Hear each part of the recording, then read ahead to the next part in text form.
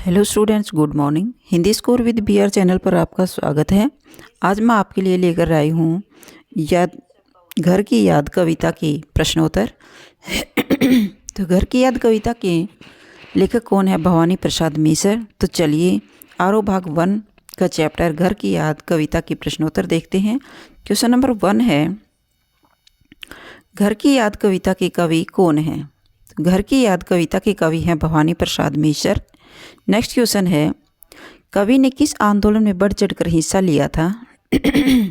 कवि ने सन 1942 के भारत छोड़ो आंदोलन में बढ़ चढ़कर हिस्सा लिया था। कवि को किस कारण 3 वर्ष के लिए जेल की यातना झेलनी पड़ी थी? तो कवि को सन 1942 के भारत छोड़ो आंदोलन में भाग लेने के कारण 3 वर्ष के लिए जेल की यातना झेलनी पड़ी थी। नेक्स्ट है, कवि ने घर की याद कविता कहाँ लिखी थी? तो कवि ने घर की याद कविता अपनी जेल यात्रा के दौरान लिखी थी। Next and most important question है, कवि को किस ऋतु में घर की याद आती है? तो कवि को वर्षा ऋतु में घर की याद आती है, अर्थात सावन के महीने में घर की याद आती है। नेक्स्ट है, कवि किसी अपना संदेश वाहक बनाकर अपने माता पिता को अपने सकुशल होने का झूठा संदेश भेजने की कोशिश करते हैं। तो कवि सावन को अपना संदेश वाहक बनाकर अपने माता पिता को अपने सकुशल होने का झूठा संदेश भेजने की कोशिश करते हैं। नेक्स्ट क्वेश्चन है, जेल प्रवास के दौरान कवि को अक्सर किसकी याद आती है? तो जेल प्रवास के दौरान कवि को अपने परिवार की याद आती है। नेक्स्ट है, रात भर पानी गिरने की तुलना कवि ने किससे की है? तो रात भर पानी गिरने की तुलना कवि ने अपने मन और प्राण के घिरने से की है। नेक्स्ट है, घर नज़र में तीर है में कौन सा अलंकार है? घर नज़र में तीर है में कौन सा अलंकार है? तो इसमें रे वर्ण की बार बार आवर्ती के कारण अनुप्रास अलंकार है। घर में रे, नजर और तीर में तय की बार बार आवर्ती हो रही है, रे की बार बार आवर्ती हो रही है। घर की याद कविता के अनुसार कवि का घर किसका भंडार है? घर की याद कविता के अनुसार कवि का घर खुशियों का भंडार है। नेक्स्ट है, कवि ने अपने घर को किससे भरा पूरा बताया है? कवि ने अपने घर को खुशियों से भरा पूरा बताया है। नेक्स्ट क्वेश्चन है, प्रीताप का घर का क्या अर्थ है?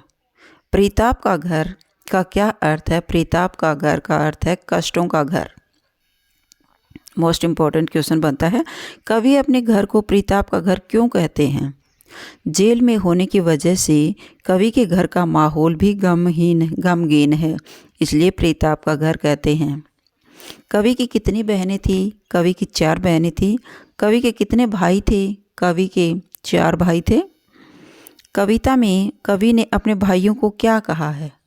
कविता में कवि ने अपने भाइयों को भुजा कहा है। नेक्स्ट है, कवि के भाई आपस में किसके कारण बहुत गहरे जुड़े हुए थे? कवि के भाई आपस में प्रेम के कारण बहुत गहरे जुड़े हुए थे। नेक्स्ट, कविता में कवि ने अपनी बहनों को किसका प्रतीक माना है? कविता में कवि ने अपनी बहनों को प्रेम व ममता का प्रतीक माना है। नेक्स्ट क्वेश्चन है, भुजा भाई में कौन सा अलंकार है? भुजा भाई में भय की आवृत्ति के कारण अनुप्रास अलंकार है।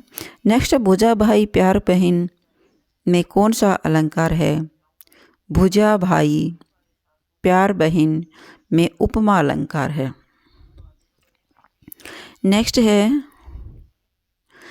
कवि की माँ का पत्र कवि को क्यों नहीं आता था? कवि की माँ का पत्र कवि को इसलिए नहीं आता था क्योंकि कवि की माँ अनपढ़ थी। कवि किसकी गोद में सिर रखकर अपने सारे दुख दर्द भूल जाया करते थे? कवि अपनी माँ की गोद में सिर रखकर अपने सारे दुख दर्द भूल जाया करते थे। नेक्स्ट, स्नेह धारा में कौन सा अलंकार है? स्नेह धारा में स्नेह रूपी धारा रूपक अलंकार है। कवि के पिता पर क्या नहीं व्यापा था? कवि के पिता पर बुढ़ापा अभी नहीं व्यापा था। नेक्स्ट, कवि के अनुसार किसकी आयु अधिक होने पर भी उसमें युवकों जैसा जोश व उत्साह था? कवि के अनुसार उनके पिता की आयु अधिक होने पर भी उनमें युवकों जैसा जोश व उत्साह था। नेक्स्ट है, कवि के पिता के बोलने में किसकी गर्जना सुनाई देती थी? कवि के पिता के बोलने में बादलों की गर्जना सुनाई देती थी। नेक्स्ट है, कवि के पिता के कामकाज की शैली के सामने कौन लज्जित हो जाता था? तो कवि के पिता इतने काम मेहनती थे कि उनके कामकाज की शैली के आगे तूफान भी लज्जित हो जाता था। नेक्स्ट है, कवि के पिता किससे नहीं डरते थे? तो कवि के पिता मौत से नहीं डरते थे। बादल गरजता में कौन सा अलंकार है? बादल गरजता में उपमा अलंकार है। नेक्स्ट, झंझा लहर जता में कौन सा अलंकार है? झंझा लहर जता में भी उपमा अलंकार है। कवि के पिता हर रोज़ किसका पाठ करते थे? कवि के पिता हर रोज़ गीता का पाठ करते थे। मोस्ट इम्पॉर्टेंट क्वेश्चन बनता है, कवि के पिता हर रोज़ कितने दंड लगाते थे? तो कवि के पिता हर रोज़ 260 दंड लगाते थे। नेक्स्ट है, कवि के अनुसार उनके पिता किसको खूब हिला हिला कर व्यायाम करते थे? तो कवि के अनुसार उनके पिता मुदगर को खूब हिला हिला कर व्यायाम करते थे। पहले व्यायाम करने का एक तरीका होता था, एक भारी लकड़ी का मुदगर बना होता था और उसको घुमा घुमा कर अपने शरीर का व्यायाम करते थे लोग, तो उसको मुदगर बोलते हैं, लकड़ी का एक बड़ा सा लट्ठा। नेक्स्ट है, अपनी रोज़मर्रा की प्रातःकालीन दिनचर्या ख़त्म करने के बाद जब कवि के पिता घर के ऊपरी हिस्से से नीचे आए तो उनकी आंखों में आंसू क्यों आए? क्योंकि घर में अपने लाडले पुत्र कवि को न पाकर उनके पिता की आंखों में आंसू आ गए थे। नेक्स्ट है, कवि के अनुसार उनके पिता किसका नाम लेकर रो पड़े होंगे? कवि के अनुसार उनके पिता अपने 5वें पुत्र यानी कवि का नाम लेकर के रो पड़े होंगे। क्यों? क्योंकि कवि सन 1942 के भारत छोड़ो आंदोलन में 3 साल तक जेल में चला गया था। कवि ने सोने पर सुहागा किसके लिए कहा है? कवि ने सोने पर सुहागा अपने लिए कहा है।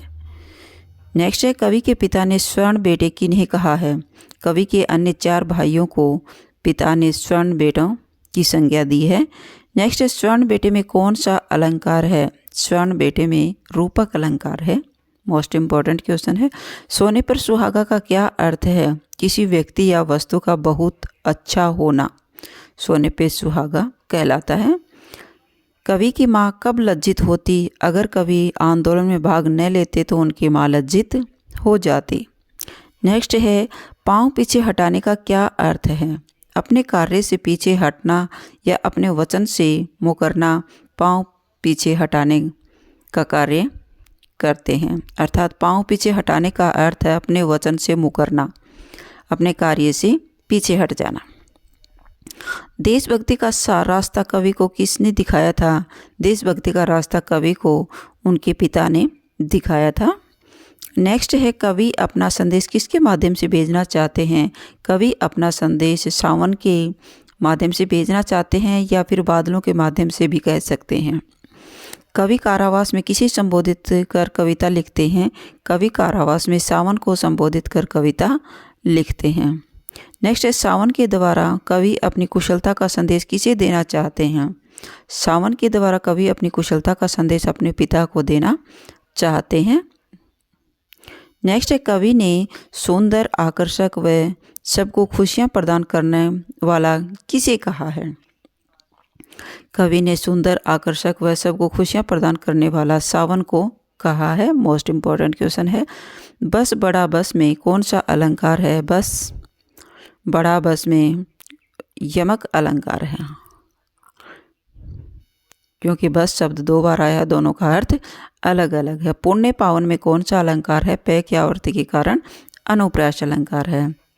हे सजीले हरे सावन, हे कि मेरे पुण्य पावन पंक्ति की विशेषता बताइए। हे सजीले हरे सावन, हे कि मेरे पुण्य पावन पंक्ति में यहाँ पर सावन का मानवीकरण किया गया है। नेक्स्ट है, कवि सावन से अपने पिता को क्या नहीं बताना चाहते थे?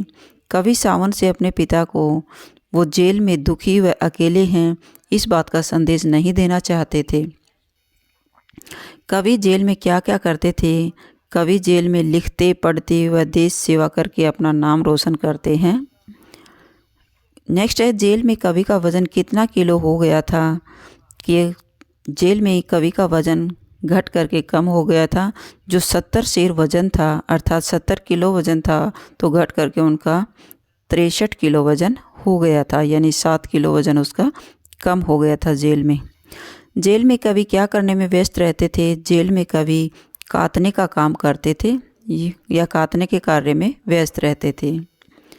जेल में कवि रात भर क्या करते हैं? जेल में कवि रात भर जागते रहते हैं।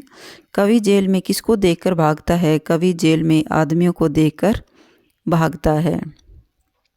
तो ये घर की याद कविता के मोस्ट इम्पॉर्टेंट क्वेश्चन थे 55। अगर आपको मेरी वीडियो अच्छी लगी हो तो प्लीज़ लाइक कीजिए, शेयर कीजिए और सब्सक्राइब करना न भूलें और बेल आइकन को अवश्य प्रेस कीजिएगा ताकि मेरी हर वीडियो आप तक पहुंचती रहे। फिर मिलते हैं नेक्स्ट वीडियो में। Bye bye.